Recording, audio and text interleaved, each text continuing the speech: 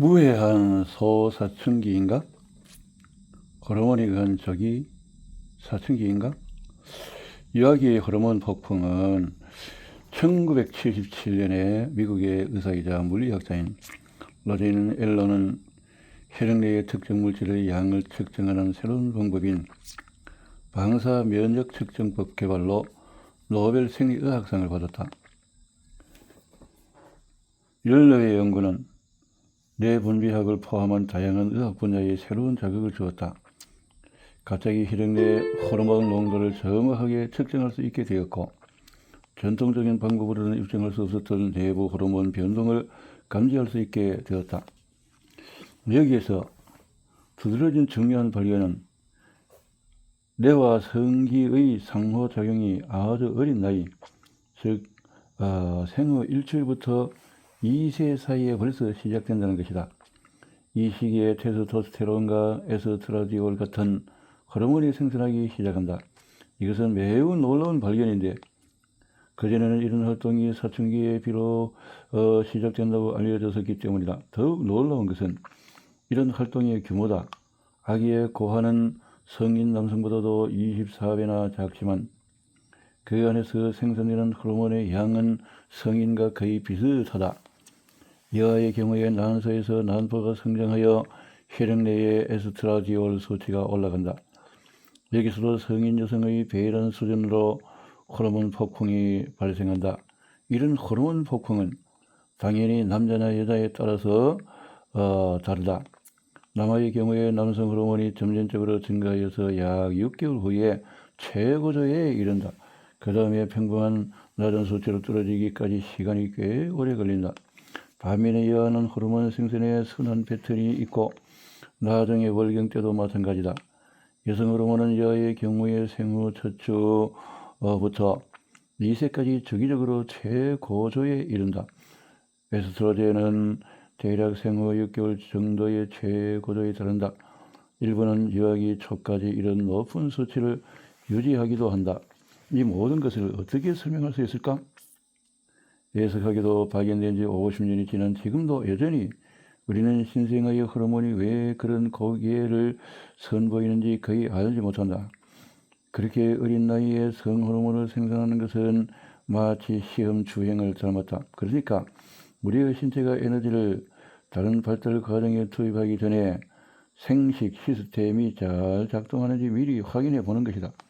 그러나 호르몬 수치가 이렇게 높다면 사춘기의 전형적인 특성이 나타나야 마땅하다. 그러나 아기가 때때로 반항적인 행동을 보이기는 해도 갑자기 음부를 포함해서 여기저기 털이 나거나 여드름이 생기지는 않는다. 그래서 연구자들은 일반 사춘기와 비슷한 호르몬 생산 과정으로 최선의 외모 변화가 발생하는 상대적으로 짧은 2년 기간을 소사춘기라고 부른다. 소사춘기, 이것은 건강한 발달이고 아이들은 자신의 혈중 호르몬 수치가 최고치임을 전혀 느끼지 못하는데, 무엇보다도 그들의 신경계와 다른 기관이 호르몬 신호를 감지할 수 있을 만큼 충분히 성숙하지 않았기 때문이다. 여아남아 모두 신생아 때 한쪽 또는 양쪽 가슴이 부어 보이는 것은 특이한 일이 아니다. 이런 현상은 주로 여아의 자궁에서 소량의 혈액이 손실되는 점성 출혈과 동반한다. 임신 후기에는 임산부의 프롤락틴 수치가 최고조에 이르고 태반에는 고농도의 에스트로겐이 들어있다. 출생 후에 여아의 혈액에서 엄마에게 받았던 호르몬 수치가 갑자기 떨어지면 질에서 적은 양의 혈액이 빠져나오기도 한다. 조산아보다는 만삭아이에게서 더 자주 발생한다. 출혈은 그리 걱정할 필요가 없고 가슴에 붓기도 마찬가지다. 출생으로 엄마에게 받는 호르몬이 끊기면 이런 현상은 12주 이내에 사라진다. 여아의 약 15%가 보통 생후 6개월에서 24개월 사이에 다시 유방발달 징후를 보인다. 이것이 에스트로겐 수치가 급등하는 여아의 소사춘기 시기와 정확히 일치하는 것은 우연이 아니다. 이런 과한 소사춘기 증상은 엄마로부터 에스트로겐을 받은 신체의 외부 요인이 추가되면서 호르몬의 압도되기 때문인 것 같다. 그런 유방 발달, 제일출혈, 심지어 월경, 전 증후군 같은 사춘기 신체의 징후가 유아기에 나타난다. 유아 대부분에서 이런 호르몬 폭풍은 금세 다시 가라앉는데 그 원인 역시 명확하지 않다. 아마도 솔방울샘이 중요한 역할을 할 것이다. 솔방울샘은 뇌의 중앙에 위치하고 잠들고 깨는 리듬에 관여할 뿐 아니라 사춘기가 시작될 때까지 성호르몬 생산을 억제한다. 그렇다면 우리의 행동이 정말로 솔방울샘에 좌우되는 걸까? 행동의 요소가 그 안에 숨겨져 있을까? 데카르트는 그렇다고 믿었다. 이 프랑스 철학자는 나는 생각한다, 그러므로 나는 존재한다라는 명언과 함께 400년 전에 벌써 신체가 우리의 사고에 영향을 미치고 그 반대도 마찬가지라고 주장했다. 호르몬과 소사춘기라는 용어가 만들어지기 오래전에 그는 우리의 영혼이 솔방울샘에 있고 이 분비샘이 우리의 정신과 신체 기능을 지휘한다고 믿었다. 솔방울샘이든 아니든 대자연에서 늘 그렇듯이 모든 규칙에는 예외가 있다. 예를 들어 유아의 성호르몬이 예외적으로 통제되지 않을 수 있고 그래서 사춘기가 너무 일찍 오기도 한다. 조기 사춘기를 뜻하는 의학 용어인 푸버타스 프레콕스는 해리포터의 마법 주문처럼 기이하게 들리겠지만 빨리 시작되는 사춘기라는 뜻에 불과하다. 소사춘기와 달리 조기 사춘기는 건강한 발달이 아니라 여아의 경우에 벌써 이전에 호르몬에 의해서 신체적으로 사춘기 징후가 나타나면 조기 사춘기로 본다. 남아의 경우는 그세가 기준이다. 알 수 없는 이유로 조기 사춘기는 남아보다도 여아에게 10배나 더 흔하다. 이런 어린 환자 대부분은 6에서 7세이고 일부는 영국인 헤일리 스미스처럼 훨씬 더 어리다. 이 영국 어린이는 3세에 초경을 했고 얼마 지나지 않아서 코를 찌르는 채취, 기름진 모발, 감정 기복 같은 사춘기 특성이 나타났다. 6세에 벌써 브래지어를 착용했다. 어린 나이에 이런 증상이 나타나면 일단 원인부터 알아내야 한다. 무해한 소사춘기인가 아니면 몸 어딘가에 생긴 종양이 만들어내는 호르몬에 의한 조기 사춘기인가. 대개는 엑스레이 사진으로 감별할 수 있는 뼈 나이가 정보를 제공한다. 이것은 매우 중요한데 조기 사춘기의 결과가 폭넓게 나타나기 때문이다. 성장이 너무 일찍 시작되면 뼈와 성장판의 세포 성숙에 악영향을 미친다. 그러면 전체 성장 단계가 짧아져서 어른이 되어서도 어린이 키인 경우가 많다. 게다가 체중까지 증가해서 신체 비율의 균형이 깨어지기도 한다. 헤일리 스미스 같은 환자들은 여전히 건강한 체중을 유지하는 데 어려움을 겪는다. 이런 조기 사춘기는 신체뿐 아니라 심리 및 사회성에도 영향을 미친다. 이를테면 학교 성적이 떨어지고 또래의 건강한 어린이보다도 마약에 손을 댈 위험도 더 크다. 이것을 자취하더라도 조기 사춘기 어린이는 또래 친구들과 잘 어울리지 못하고 괴리되어서 부끄러움과 외로움을 겪는다. 다행히 치료 방법은 조기 사춘기는 거의 모든 경우에 트랜스젠더 어린이의 사춘기를 억제하는 데 사용하는 호르몬 호르몬 제로 치료한다라고 했네요. 자, 이제 또 넘어가서 점점 흐려지는 어린이 유방 발달, 어린이의 이제 호르몬에 대해서 호르몬 결혼 물질의 영향은 소사춘기나 조기 사춘기에 호르몬 농도를 거쳐서 높이는 범인은 누구일까? 바로 음식이다. 몇 년 전에 트리키 소아과 의사들이 너무 어린 나이에 폐향차를 많이 마시지 말라고 경고했다. 근육 조직을 이완하는 효과 때문에 폐향차는 트리키 문화에서 아기의 복통과 불안을 달래는 가장 잘 알려진 민간요법이다. 이것은 네덜란드 엄마들에게도 자주 추천된다.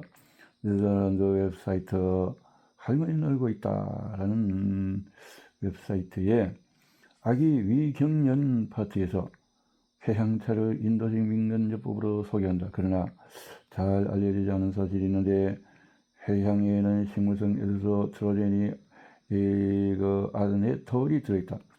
트리키의 과학자들이 확인했듯이 해양을 너무 많이 섭취하면 에스트로겐 수치가 증가하여 유방이 발달할 수 있다. 해양이 식단에서 금지된 후로 조사 대상 어린이의 유방 발달이 다행히 다시 사라졌다. 음식에도 인기 있는 천연 보습제도 해양나무가 좀 부드러워서 그런가 그런 데서 그런 영향을 주네요.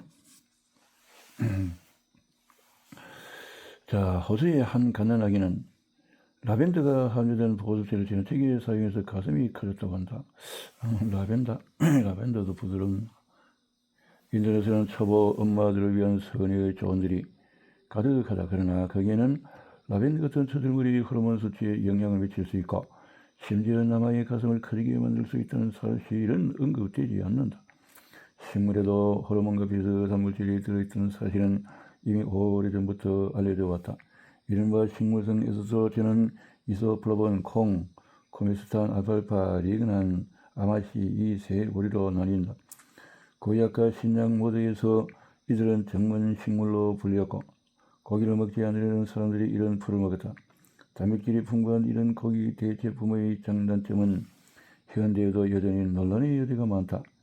이 장과 뒷부분에서 더 다룰 예정이다. 이것은 매일 장기간 섭취하면 아이의 혈중 수가의 에스트로겐 수치가 크게 높아질 수가 있다. 콩 종류에서 목축업자들은 수확량과 매출량을 늘리기 위해서 호르몬제를 가축에게 주입하는데 이 고기를 먹는 사람에게는 좋지 않다. 그래서 미국으로 축산업은 호르몬 투입을 금지한다. 실제로 이런 약물이 목축업에 널리 쓰이면서 1970년대 말 특히 푸에르토리코와 이탈리아에서는 유아의 유방 발달이 전염병처럼 번졌다. 소고기로 만든 이유식의 악명 높은 물질인 DES가 과하게 함유된 것으로 밝혀졌다. DES는 소의 유산을 방지하기 위해서 사료에 첨가되어서 에스테론 유서 물질인데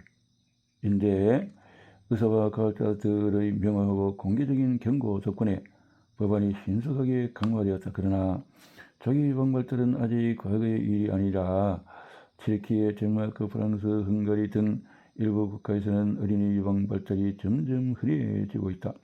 여러 과학자의 추측대로 이것은 식습관과 관련된 것 같다. 현대인은 빵과 감자를 적게 먹고 식물성 단백질인 잡곡을 더 많이 섭취한다. 네덜란드에서도 최근 몇 년 동안에 고기 대용으로 콩류, 특히 메주콩 소비가 30% 늘었다.